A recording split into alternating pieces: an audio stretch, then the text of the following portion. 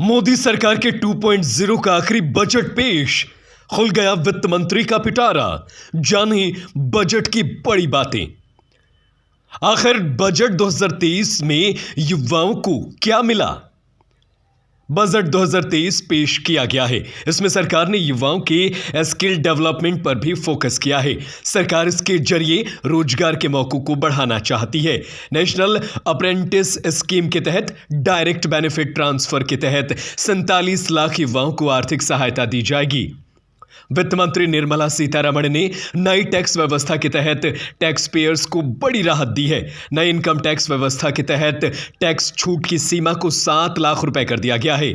नई income tax regime के तहत 7 लाख रुपए तक के आय पर कोई टैक्स नहीं देना होगा, जो अब तक 5 लाख रुपए था। एग्री स्टार्टअप को बढ़ावा देगी सरकार। इसके साथ ही किसानों के लिए अब किसान डिजिटल पब्लिक इंफ्रास्ट्रक्चर प्लेटफॉर्म तैयार किया जाएगा। इस साल 20 लाख करोड़ तक किसानों को क्रेडिट कार्ड के जरिए ऋण बांटने का लक्ष्य रखा गया है। सरकार ने बागवानी को बढ़ावा देने का फैसला लिया है। बागवानी की उपज के लिए 2200 करोड़ रुपए की राशि आवंटित की गई है। यूथ को स्किल ट्रेनिंग के लिए PMKVY 4.0 को लॉन्च किया जाएगा। AI, रोबोटिक्स, कोडिंग आदि की ट्रेनिंग दी जाएगी। इसके साथ ही वित्त मंत्री ने कहा कि 2014 से स्थापित मौजूदा 157 मेडिकल कॉलेजों के साथ साथ सह स्थान में 157 नए नर्सिंग कॉलेज स्थापित किए जाएंगे तथा बच्चों और किशोरों के लिए एक राष्ट्रीय डिजिटल लाइब्रेरी की व्यवस्था की जाएगी। रेलवे में 100 नई अहम योजनाओं की पहचान की गई, जिसमें निजी क्षेत्र की भागीदारी होगी। सरकार भी रेलवे की नई योजनाओं के लिए 75,000 करोड़ रुपए का फंड देगी। रेलवे के साथ साथ हवाई क्षेत्र में देश में 50 नए एयरपोर्ट खोले जाएंगे। 2023 के बजट में PM आवास योजना को लेकर गरीबों के लिए योजना के तहत भरपूर लाभ मिलेगा। सरकार गरीबों को रहने को पक्का मकान देगी। इसके साथ ही प्रधानमंत्री आवास योजना का खर्च 66% बढ़ाया गया है और योजना के लिए 79,000 करोड़ रुपए की फंडिंग की गई है।